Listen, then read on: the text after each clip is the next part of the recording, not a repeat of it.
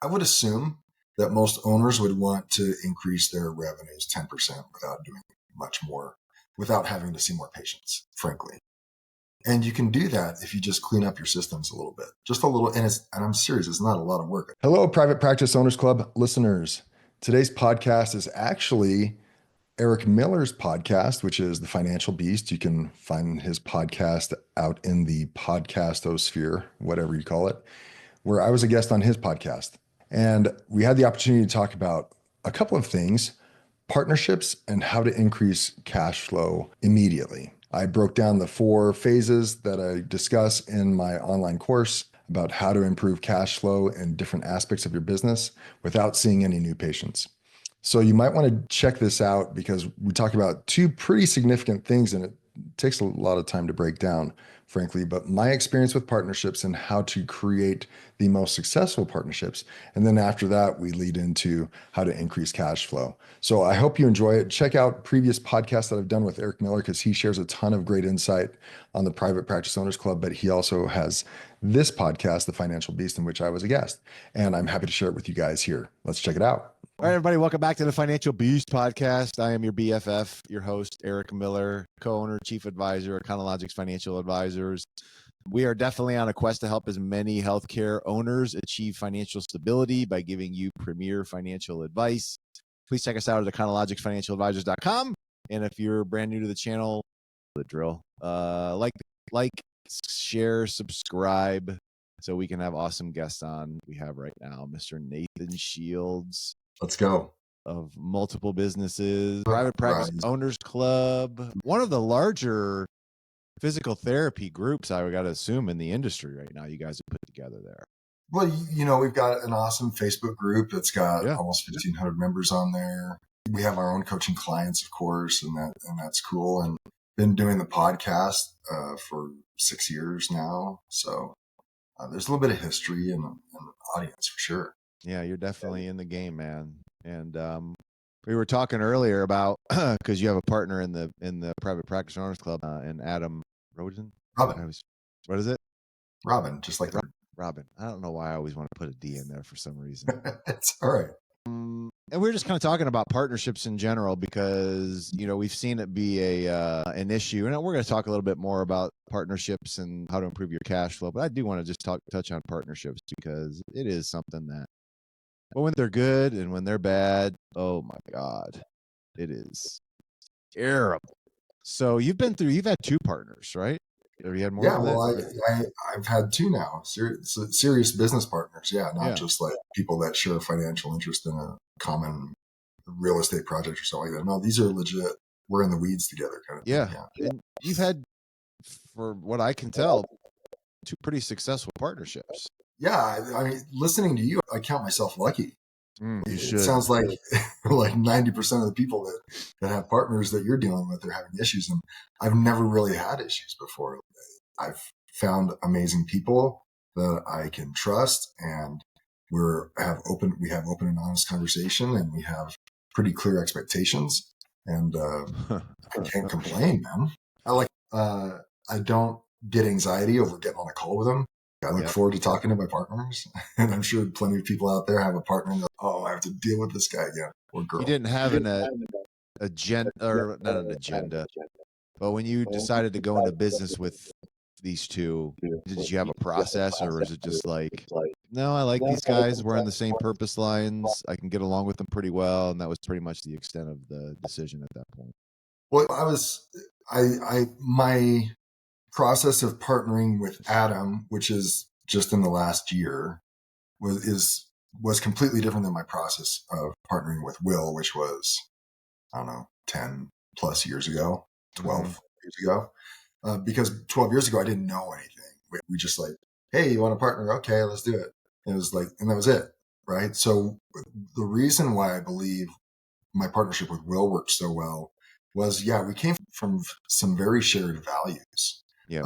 We met each other at church. Yeah. So you can't get more fundamental than that, right? No, you had a basic bedrock of things you guys agreed upon, especially from, just like you said, a value system. I mean, that means a lot there. Yeah. Right there. That told me a lot about him simply because we have the same experience through church and life experiences because we shared the same religion. Yep. So we talked, initially with Will, though, also we worked together. So he was a clinic director of mine in a clinic, and I gave him a ton of autonomy to the point where I actually kind of abdicated leadership because I didn't know what I was supposed to be doing as an owner overseeing a second location. And, but we worked together still. In spite of all my flaws, Will looked past them, thankfully, and was grateful for the opportunity to be a clinic director and had some profit sharing. And he loved it, of course. Financially, it worked out for him, worked out for me too, to the point where he eventually bought that clinic from me. And then we went and opened a clinic together, and still nothing written in stone. A lot of shared values, a lot of communication. Hey, I'm having issues. What do you think? Or me, I'm having issues. What do you think? We talk about it. It did get to the point, though, where we did merge all of the clinics that we had together. So there were 4 clinics out there that were his, hers, and ours kind of thing. Well, sorry, it's his and ours. And that's when we got a lawyer involved. And they actually took us through, like, these are the things that you need to consider. Let's figure out worst case scenarios and how are we going to decide if there's an impasse between the two of you. So you didn't do it right away, but you guys eventually did get all the agreements. We eventually did. So we had a very long honeymoon before we tied the knot, essentially. And so to compare and contrast with my partnership with Adam, we worked together for about a year, but that was my thinking the entire time that we were eventually going to get to that lawyer situation. Yeah. But the idea, and we talked about this initially, we did 2 things that I think were important. If I think of more, give me some leeway. But the first thing, I don't know if you know about Dan Sullivan and his coaching program. He's a pretty popular coach out there. But one of the forms that he uses for any project is called the one-page worksheet. It's for the ideal scene, essentially. And you write down what your ideal scene is. So I did that for the coaching business, looking forward if I'm going to work with Adam. And then I had him do the same thing. What does he want out of the coaching business? What is his ideal scene working with me?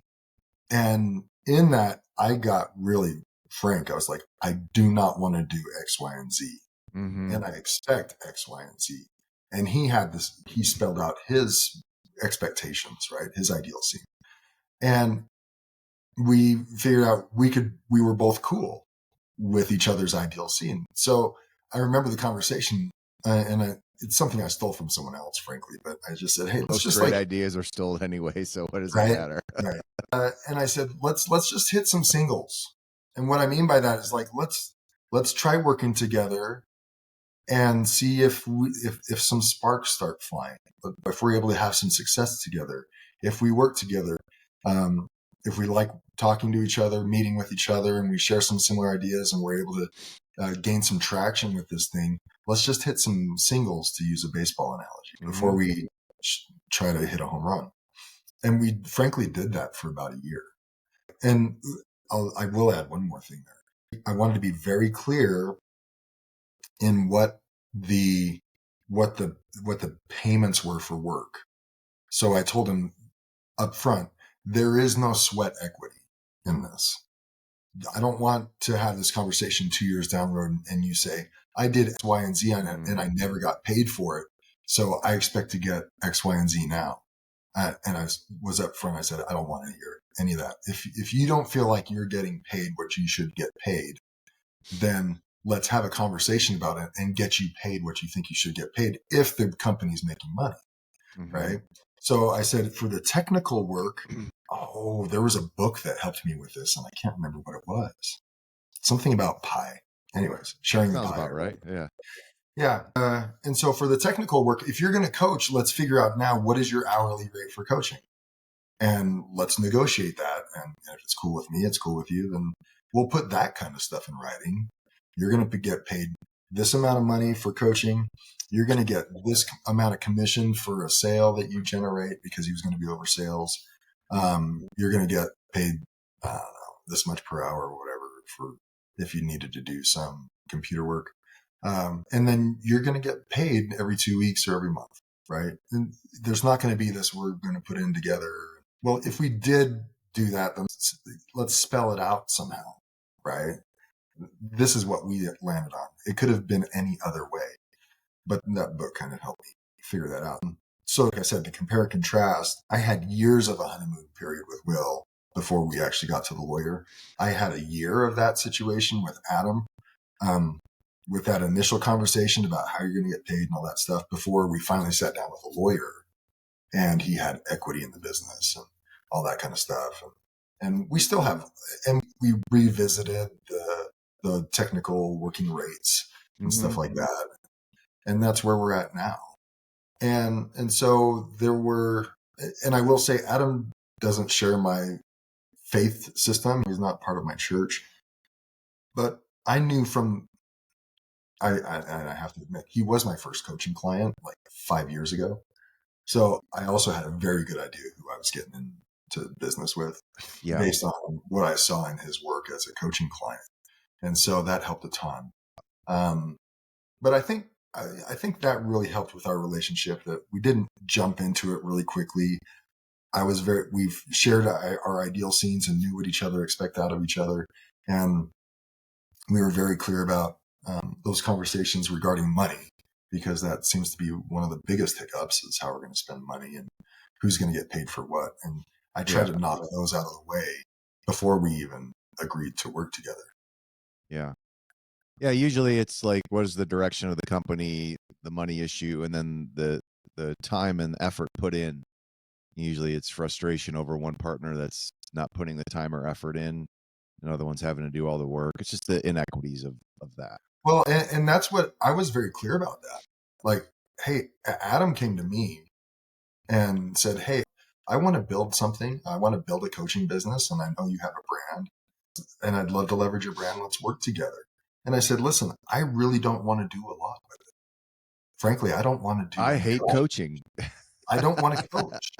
And I do coach here and there, but it's on my time and the people that I want to coach. But I don't want to be the guy that is doing the coaching for 10 people each, 20 calls a month or whatever. Yeah. And I was very clear about that. And so, like you said, I wanted to be clear about it because, I wanted to say there is going to be an inequity here. I'm not going to work as much as you, frankly. Mm-hmm. But I want you also to get paid for the work that you do, not thinking that it's, and if you get paid your hourly rates and you'll get any distributions, just like I will, I'll get paid hourly rates, which are nothing because I'm not doing anything, but I'm also going to get a distribution, and you need to be cool with that. Right. Yep. And so, those were the conversations that we had initially. And he was cool with that. And we worked great. And it worked because you guys expanded that thing. I remember what you had, maybe like 300 or 400 members right now. And now you're up to 50, what'd you say, 1,500 or something like that? Yeah. I mean, it's crazy. It's growing all the time. And same thing with our client load. And, I came into it with maybe 1 or 2 clients, and I think we're over 30 now. And so, it's worked out really well for us, and he's putting a ton of work into it, but he's also getting paid very well. Yeah. And I don't get paid a lot unless we get a distribution. And I purposely set that up to recognize the inequity in the work that we're doing. Yeah. That you're going to get compensated more for it, and that's fine with me. Yeah, because you're not having to do most of the work at this point in time. And frankly, I'm taking on a little bit more now as we're growing. Yep. But it's in a situation where he's kind of turned over his virtual assistant to me, who already knows how to do all this stuff. So I just have to oversee the virtual assistant, and it still doesn't take a lot of work. Simple. That's great. Yeah. Good, man. Well, let's turn to cash flow, because I think that's another one that we always like to talk about here. And who doesn't? A lot of people don't. I don't know why, but they don't want to talk about cash flow. Nope. They hate it. Most owners, it is kind of interesting to get the viewpoints when it comes to money and finances and talking about all that. But you have to know it. That's where the dreams happen. It really is. You have to know it. How can you manage something where, the money coming into the organization, if you don't know how to manage it, was gonna either cause the expansion or cause the destruction. You have to know how that works, how the inner pipes work of this. But money is an interesting thing. But I know there was part of what you wanted to talk about was the 4 methods. Was it more 4 methods to improve cash flow? Or the 4 phases of your business phases, that you need to address in order to maximize cash flow. Yeah, I like that. Yeah. So it started a few years ago. I was working with a client, and as we're getting off the call, he's like, Nathan, I need to know how to increase my average reimbursement per visit. And I'm like, well, we're at the end of the call. We could spend another 2 hours talking about this. So I put things down on paper. It came to mind pretty easily how this needs to come together. And I thought, I need to get this out more. I made an online course, ptcourses.com, I think. I don't know. I forget. I need to do better at promoting it and marketing it. But I also presented it at our conference in September. We had our first annual Private Practice Owners Club conference in September 2024 in Clearwater, which you attended. And you absolutely did. Looking forward to the next one, which Florida. Nice. October 2nd through 4th. That's in Florida. If you are a physical therapist, make sure you are there.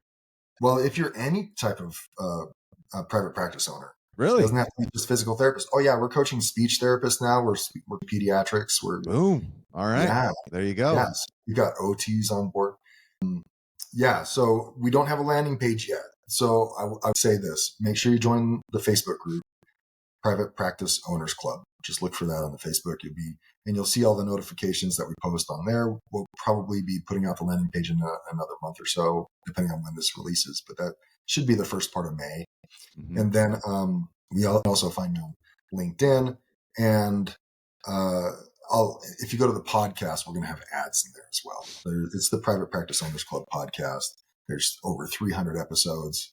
Yours truly hosts it, and my BFF here, BFFF. Is that what it is? I've been on a lot of them. That's for sure. Yeah, he's been on a ton of them. So you'll see a lot of good content there if you're a practice owner, and we'll sit there. So, anyways, I did the course and I did this at the conference, and then we just did a workshop in New York City this last week and presented the same material because I think it's super valuable. I mean, I would assume that most owners would want to increase their revenues 10% without doing much more, without having to see more patients, frankly.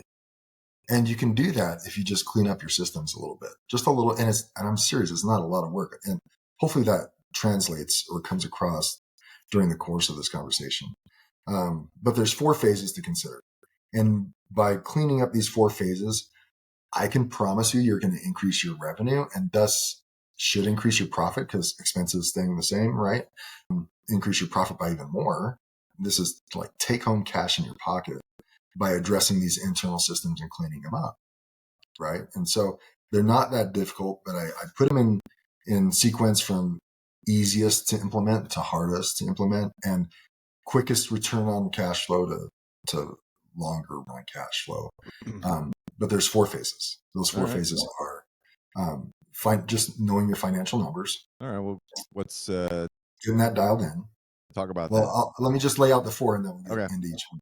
So there's knowing your financials, getting that dialed in, being really good at over-the-counter collections, and I will explain what really good means. Properly holding your billing collections team accountable, which is a super weak spot for a lot of owners. They just don't know how, right?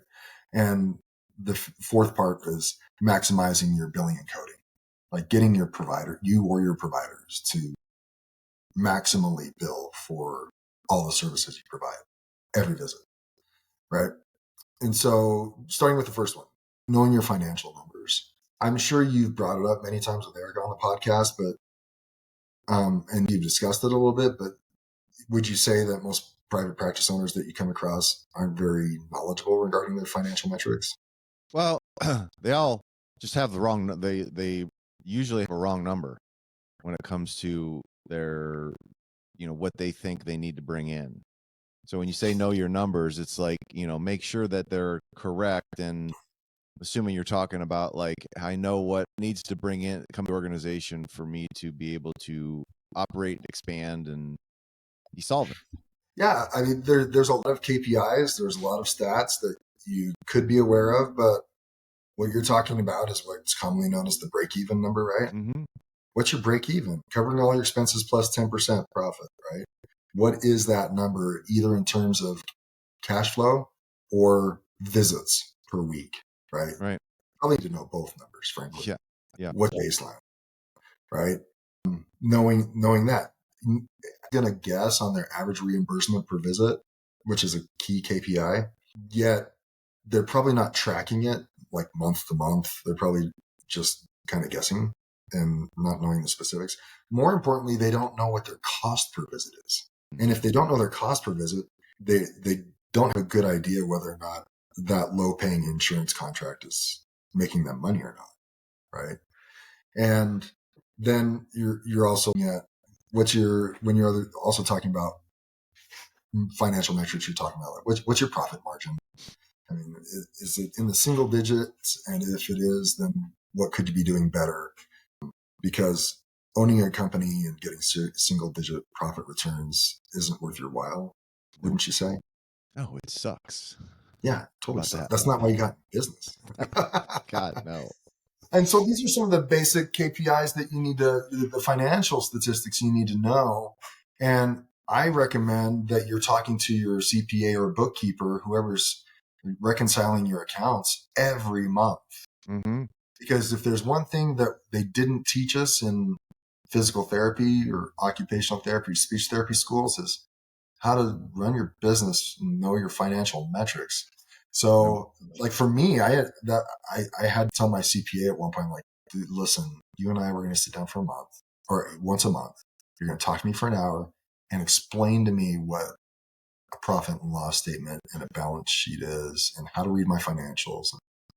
He's like, cool, let's do it. And so you pay the tuition and you meet with those people so they can show you exactly what's going on. And you look at the monthly financials and you do the month over month comparisons and the month over year or that year versus previous year comparisons. And you look at your balance sheet and you look at outlying expenses that are $2,000 more this month than they were last month. And why? Was it just an itemization problem, or was someone really going crazy with your credit card? Mm-hmm. You know, you look at that stuff and that, the underlying that which gets measured improves. And if you are looking over your financials purposefully and intentionally to improve the financial health of your company, then your financial health will improve. Yep. Right. Knowing the data forces kind of your hand. I mean, you can still be lazy about it, but it does tell you what to do. Frankly, yeah, it's a great starting point. You have to have the awareness of that. Just being aware. Yeah. Yeah. And so to on that guiding principle, which is that's measured improves, that which gets measured and reported improves exponentially, which leads me into the second phase. And that is over-the-counter collections. If you want to quickly, like I'm talking like this week, improve your collections, then implement a system of daily accountability for over-the-counter collections. So when we're talking over-the-counter collections, that's every copay, right? That's straightforward. It's usually determined by the insurance company, and they tell you collect $20, $30 a visit, whatever. Co-insurances, that's a little bit more nebulous, just like deductibles. If it's early in the year, your front desk person might not be too sure what to collect, right? Mm-hmm. So at that point, the people who are doing really well with over-the-counter collections and don't have a lot of outstanding patient balances later on are the people that are saying, well, we're going to take a really good guess as to how much you need to pay this visit, and we're not going to just leave it for the insurance to figure out and come after you later. We're going to collect it today, and if we have to cut you a check, we'll do that. But I would much rather cut a check than chase you down for $150. Yeah. Right. That takes more energy from my team. Let's get $150 over the course of these next 2 visits or today and save the time and energy. Right. And so getting that money now is significantly better than trying to get it later. I think it was a McKinsey study. I have a hard time finding, but I know it's out there that said anything that's not collected at the time of service, you're losing 50 to 60% of that dollar if it's not paid at that time. So if your patient balance is $20,000 right now on your aging AR, you can maybe collect 10,000 of that. But you could have collected $20,000 if you collected at the time of service. Yeah. And for those people who are saying, well, people aren't going to pay at the time of service. Why Well, not? okay, then maybe you could be collecting $15,000 at the time of service instead of 20. It works out in your favor. Don't be the bank. You're not a bank. You are your service, and you should expect to get paid. The question becomes, well, how much do I expect them to pay if they haven't met their deductible or co-insurance? And I say it's really easy. If you really don't want to go through the process of figuring out which insurance is going to pay how much, and it's going to be different for every payer and every patient. If reimbursement rate, you can expect to be $100 a visit, and they haven't met their deductible, collect $100 a visit. And if send them a check some other time. It's a lot easier to handle. And if co-insurance is 40% and you get $100 a visit, then you're collecting $40 every visit, no matter what, right? And that right, a huge drastic difference. But it still doesn't come back to the guiding principle, which is that which gets measured improves. That which gets measured and reported improves exponentially. So the missing piece is, that's the expectation is that we're going to collect everything at the time of service. So I broke it down as to why. The next step, though, is to get your front desk person who's collecting these to report those collections every day, at the end of every day. So I tell everybody, this was our process. If today's a Monday, tonight, they would fill out a sheet. And some EMRs can do this. Some of them can't. Back in the day, we had to do it manually. So we had this Excel spreadsheet. And if you want a sample of that, just email me, nathan@ppoclub.com. I'll give you a sample spreadsheet for your front desk to write out. But on that spreadsheet, on the very left-hand side, they're going to list all the patients that are coming tomorrow on Tuesday. And in the next column, it's going to say, how much are you expected to collect on their copay tomorrow, right?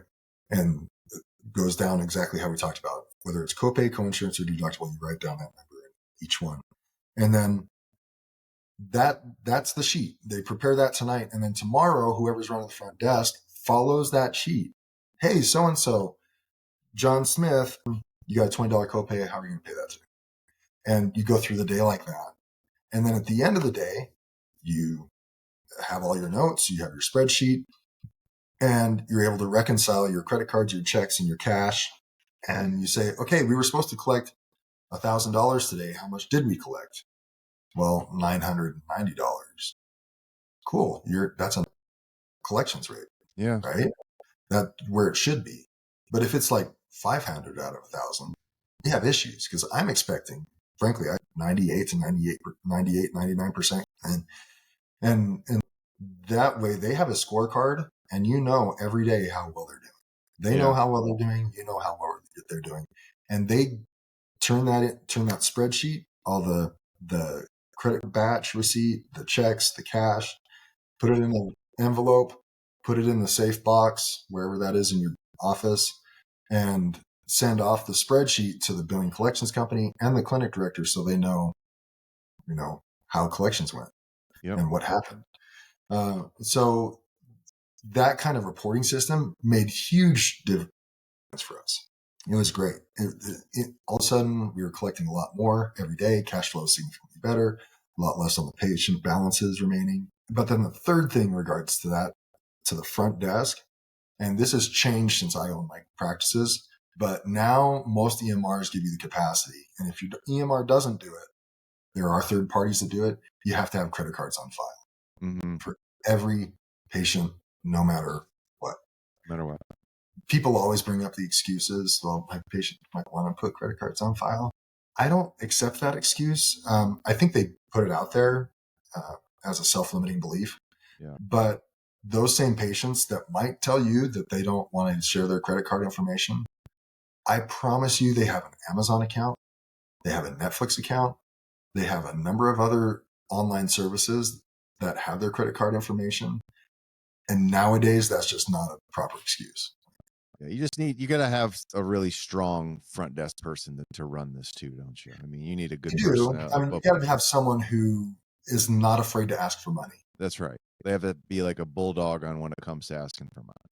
Yeah, You know? and that's the conversation. I mean, I've had Yeah. that conversation on the podcast with D Bills before about what it takes to collect money at the front desk. You can't have someone who's like, if you the copay's $20, but how are you possibly going to pay that today? You know, that's not. No, you need someone who says, hey, it's your insurance, it's not mine, and we're providing the services, and you're not going to leave us hanging high and dry. I need $20 today if you're going to go back there. Yeah. That kind of attitude, they're not going to use those words, but that kind of attitude, and be forward about it and say, and you have to back them up and say, if you're not willing to put credit card on file, we can't see you. Yes. You do have to get to that point if you're going to be serious about it. Yeah. Like you're asking without having a credit card on file. You can pay another way when you come in. If you want to pay with cash, that's fine. We won't run your credit card. You can pay with a check. Fine. We won't run your credit card. But if you're saying, I want my services and I want you guys to be on the hook for all of it, yeah, good luck catching me for my balance later or just me. No, we're not going to do that anymore. I mean, we have HIPAA compliant credit card retention capabilities, and we're going to bill it when you come in each time, which is a convenience to you. And frankly, a majority of the patients, when you send them a text at the end of the month and says, hey, your claims have been processed through your insurance company. There's a $148 balance remaining. We're going to charge your credit card in 5 days. If you have any problems, give us a call. I mean, that would be so much easier than sending out 3 letters and reminders and sending collections and da-da-da-da. I mean, patients would be like, yeah, thank you. I don't have to cut a check and send it back in the mail and make sure I get to the post office and yada, yada, yada. Yeah, just please charge my credit card. So I think I'm spending a lot of time on it simply because if you want to do one thing now that can increase your cash flow, that's it. Yeah, that's It'll good. change the complexion of your cash flow and your collections, because now imagine all those patient balances are getting collected up front. You should have little to no money in your patient balances, in your AR aging that are patient balances, because you have it all on credit card, or you charge the credit cards, and at the end of every month, you're saying, hey, insurance has done their thing. Now we're just going to charge your card. You don't have to worry about that stuff anymore. Yeah, that's good. That's a really good one. Yeah. Okay, that's 3. That's huge. That was the second one. The third one, like I said, really weak spot for owners is managing their billing collections team, simply because we don't know. I mean, we didn't like financials. We didn't what the billing collections process is like. Really, we don't know how to manage them. And the dynamic going into that relationship, and probably is now for many owners, is like they almost feel like a servant to the billing collections team. The billing collections team is kind of telling them what to do over and over again, and maybe sending them an email of the billing reports that you don't know how to read. And so you're like, okay, I guess things are going well. When I finally had a biller that I could trust and who was very serious about collections and had that dogged mentality that you're talking about, she was going to get every dollar no matter what, a godsend. I finally got into a rhythm, and this is 12 years into ownership. Finally got into a rhythm of how to manage my billing collections team. She kind of told me, she was like, this is what this report means, and this is what this report means, and this is what we're doing on this. And so essentially sitting down with your billing collections team is back to the guiding principle: that which gets measured improves, that which gets measured and reported improves exponentially. I set up a monthly meeting with them. What was it, like the second Thursday or the 13th of every month, or whatever time they need to get their reports and stuff for the previous month.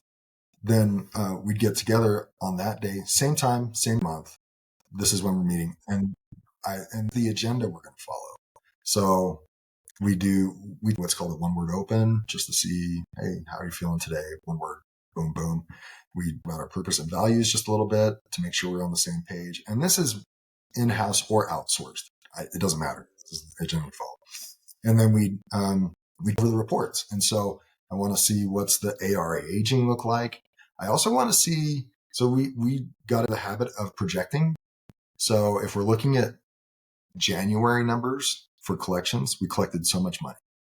Well, we knew how many visits we had in December, and we take the December visits times the average reimbursement rate and say, this is your goal. This is your target for collections in January, right? I know there's a lot of factors in there, but it usually works out. So we had 100 visits in December, and we have $100 average reimbursement per visit. We're expecting you to collect $10,000 in the month of January. And so in February, first part of February, we're looking at January collections. Did you hit the $10,000 or not? And if you did, why? And if you didn't, why not? And we also projected forward at that time. Okay, now we saw 150 visits in January. This month in February that we're sitting in right now, you're going to get $15,000, 15 or 150 times 100. You're going to collect $15,000. And she's like, yeah, collect $15,000. And we'd play that out each month. So the projected revenues, the AR aging reports, we'd look at patient balances, especially we'd look at AR aging reports, especially by payer. So some pay, you can look at it as a whole, right? But you can also look at it like, okay, Blue Cross and Blue Shield has $8,900 in 90 plus aging AR. Okay, why? And what are you doing about it? And what did you do about it last week? Like, don't just tell me why, but tell me what you're doing about it and who you talked to and when. Like, I wanted all the notes for those outstanding balances. Same thing with patient balances. We went over that. And then I mentioned in the AR aging, we had some cardinal rules or some benchmarks we expected. So 0 to 60 days, if you're taking any notes, this is the time to take notes because you're going to forget these numbers. 0 to 60 days AR aging. That should be 80% of your AR, right? So if you have $100,000 in accounts receivable, money that's out there that you need to collect, 80,000 of it should be serviced within the first 0 to 60 days, right? The 60 to 90 day AR aging should be 5% of that, $100,000, 90 to 120, another 5%, and then 120 plus 10%. Right. So if your billing collections team is doing really, really well, have that dialed in. They are at 80, 5, 5, 10. 80 for 0 to 60, 5 for 60 to 90, 5 for 90 to 120, and 10% for 120 and above. They have that really dialed in. And you hold them accountable to it. They're like, okay, what do we need to do to get within these benchmarks or expectations, right? And we looked at a lot of details. Like if there was a patient balance over $1,000, we talked about that person, what we're doing about it. And if there was something that was really lingering, of course, that usually happened with like the lawyer cases, the personal injury, or I know East Coast calls it no fault, but we talked about those cases one by one each month. What's happening? What's the status? And so, but I go back to the dynamic. In that situation, they are then reporting to you. Like it's not your job to just sit through the AR reports and find issues and ask questions. They should coming to you and say, here is the report. Here are the problems in the report, and this is what we're doing about it. Or here's our AR aging. It's not 85, 5, 10, and this is why, and this is what we're doing about it. Yeah. Or, hey, I know our projected collections was supposed to be $10,000 in January. We didn't hit it because X, Y, Z. And this is what we're doing about it. And this is what we can expect in February. Yeah, so because you see how that power dynamic is completely different. Yeah, because too many people are just like, too many owners are like, all right, give me, are just more than happy to take the problems that the juniors are going to give them, and then try to sit there and solve it for them, as opposed to just having them come to you with the solution. What I see is usually when I say, are you guys communicating with your billing and collections team? They're like, yeah, every day. But it's usually about some kind of problem or some copay that wasn't hit. I mean, we didn't even talk about denials. We talked about they bring forward the denials and they tell me what they're doing about it. Right. And so they're talking about denials in between meetings, and that's fine. And you can continue to have those daily, weekly conversations. At some point, they need to report to you their work and what they're doing about their stuff, and let them be the experts and let them own their issues. And that isn't there in many cases. In many cases, I've seen that the billing companies will just send over the billings that we're talking about without any communication. They just send over a packet of billing reports in the email. That's a worst possible billing situation you could be in. I expect my billing collections team to communicate with me regularly and to report to me regularly and know what I'm looking for. So it's you can say, this is what I expect, and it's going to change completely, do a 180 in 1 month. You have to train your billing collections company or person, if they're in-house, over the course of time. This is what I expect to see. So with each report, it's like, this is what I want to see in this. Can you be ready with that next time? They're like, yeah, okay. That's good. And then what's 4? Or was that 4? Fourth one was maximizing billing and coding procedures. Okay, that's right. Or for providers. So in the physical therapy space, it was very common practice for us to bill 3 therapeutic exercises in 1 manual therapy unit for a traditional 1-hour visit. And guess what the worst paying codes are in physical therapy? They're TheraX and manual therapy. Yeah. And so if you're a school like me and your team is still doing that, then I'm just saying there are significantly better, more lucrative ways to get reimbursed for your services ethically. You just have to do a little bit of work and train yourself. There are plenty of online sources to learn more about how to get reimbursed greater by coding better. Mm-hmm. It is a little bit state dependent, but if you want to look at Medicare guidelines specifically, Strata PT, STRATAPT.com has a Medicare fee calculator online. You can put in your state and you can put in the codes that you use, whether you're PT or PTA, and it'll tell you what Medicare will pay you for that, for the services. And so you should do that. You should know these things as the owner, right? What you can get paid for your services. And across the board, therapeutic activities is going to pay you the most, followed by neuromuscular reeducation, followed by self-care / home management, self-care management. And then therapeutic exercises, and then manual therapy outside of evals and reevaluations. So knowing those and using the proper codes, and then, the difference between a therapeutic exercise code and a therapeutic activity code, you don't know this, Eric, but it's just a matter of documentation. You could doing the same exercise and you justify it differently, frankly. Like doing a squat, instead of saying you did a squat to improve strength, well, I'm doing a squat because they have difficulty getting out of a chair, and I'm trying to improve their sit to stand abilities, right?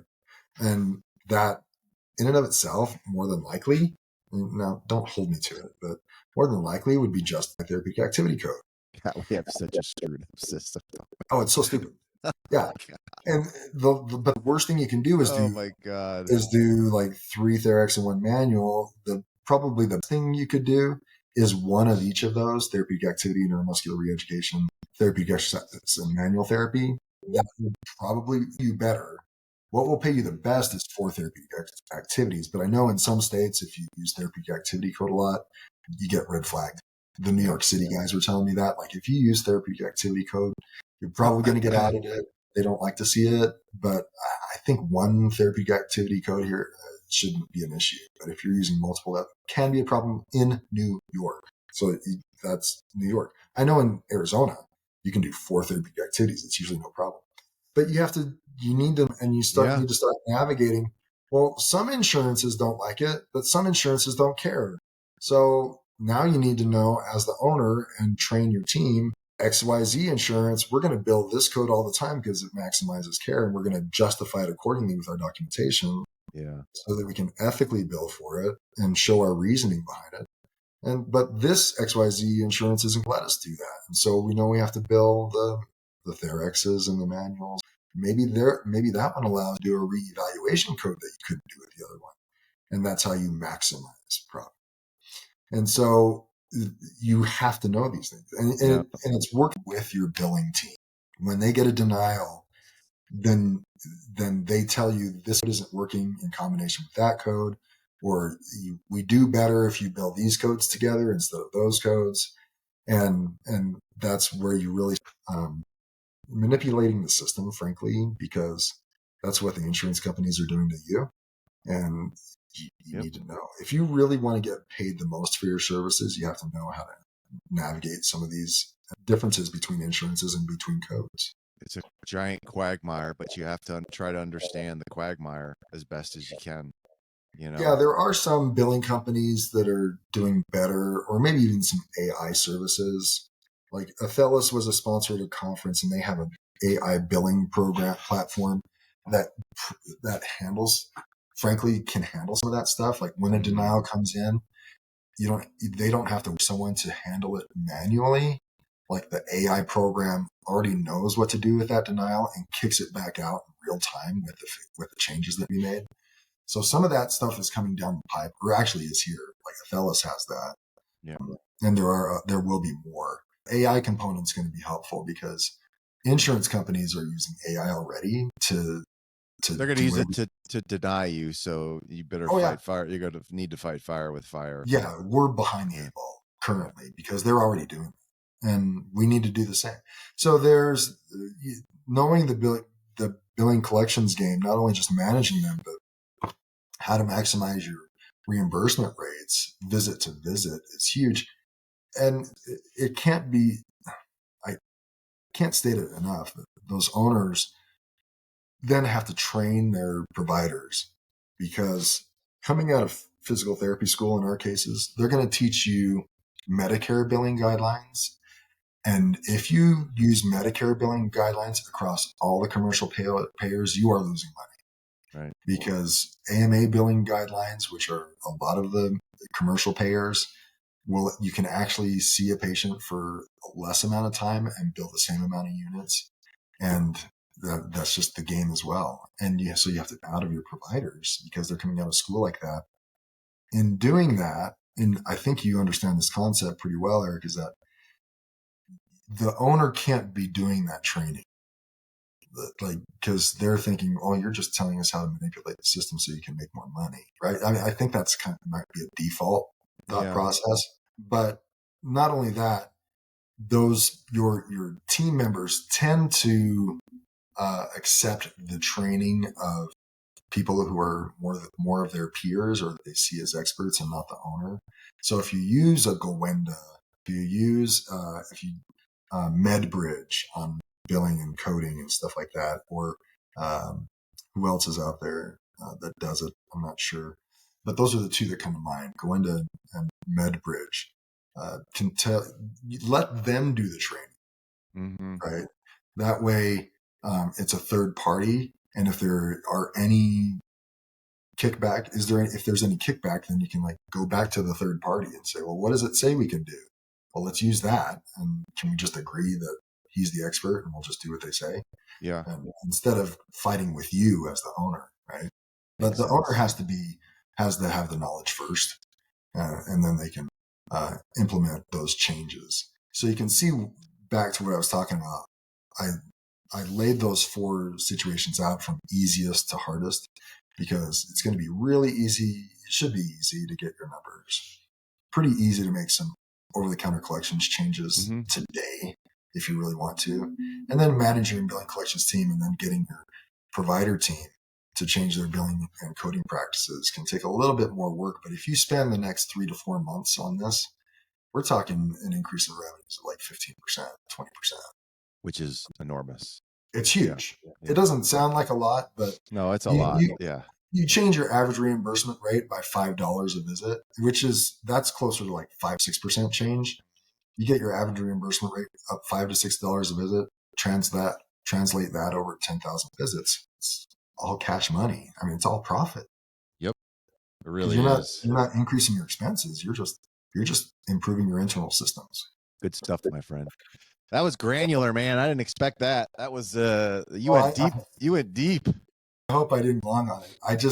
I want, for me, I hear about some of this stuff, and my mind. So this is me, and the reason why I got deep into it is if I were okay, so how do I do that? I need to know the granular, because that's where I get hung up. And if I don't know how to do it, then I'm kind of stuck. Well, I don't know where to go next, so I guess I won't do anything. So hopefully I didn't take up too much time, man. That was, I think I was just kind of going off, but it was needed. Help me in the industry, just because there are parts of that where I'm, I wouldn't that, but you definitely went from the gradient down to the most difficult. But I think all those things combined together, is it worth all the time and effort to increase your revenues by 10, 15%, oh my God, yes. Like, imagine how different your life is going to be if you increase that amount. Like, imagine how much. Seriously, I've taken people through my course. They spend probably 4 hours on average, 3 to 5 hours a week on this stuff. And upon doing that, do that for 4 months. Yeah. And it makes significant change. This isn't a 40-week effort. This is just improve your systems with a little bit of effort every week. Yeah. And then maintaining significantly less. It's just, an hour a week, maybe. Yeah. That will 100% line and make life a lot easier because of that. Yeah. And we need to, we're an industry. You need to. Yeah. We're getting thin margins already. Ugh. And that leads to it. I mean, the next conversation, the next course, frankly, is how to negotiate insurance contracts or drop them altogether. But I would tell people, even if I had that course, when I build it out, I don't really want to take you through that negotiating and dropping insurance contracts course until you have your internal systems dialed in. It's like your rudiments are in first before you could do that. Yeah, because you really can't tell. Because even if your reimbursement's better and you're still suck at the other things, it's not gonna improve you that much. Yeah. You're still gonna lose money. Yeah, you need to handle on your financials. I mean, you need to be on top of your cash flow. Yep. And I'm talking from experience. I didn't start doing this stuff until 10 years into ownership. I can't imagine how many tens of thousands, if not $100,000 I lost by not having systems like this. So learn from the village idiot, if you will. I mean, let me teach you how to make more money. Let him teach you. That's good, brother. Well, how do people, I think you gave your email out, but how do you want people to reach you? The easiest way to do it? Nathan at ppoclub.com. If you have questions, especially about some of these financial things, I'd love to talk to you. No obligation. I'm happy to talk to you.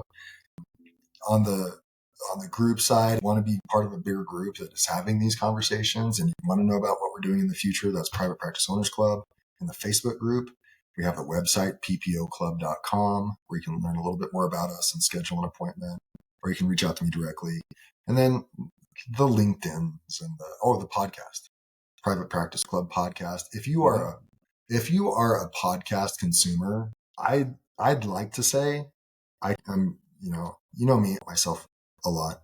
I think we've got one of the better, if not the best, private practice podcast focused on business that's out there. Yeah, and there's a ton of valuable content on there. Not just like financials is like a small part of it. We're talking about everything from recruiting to mindset to time management to a lot of small business stuff in general. But it's great. You got to check out the podcast and binge listen on that. 100%. Highly recommend that. All right, buddy. I appreciate it. Thanks so much. Yeah, no problem, man. It's great. Give it 1 second.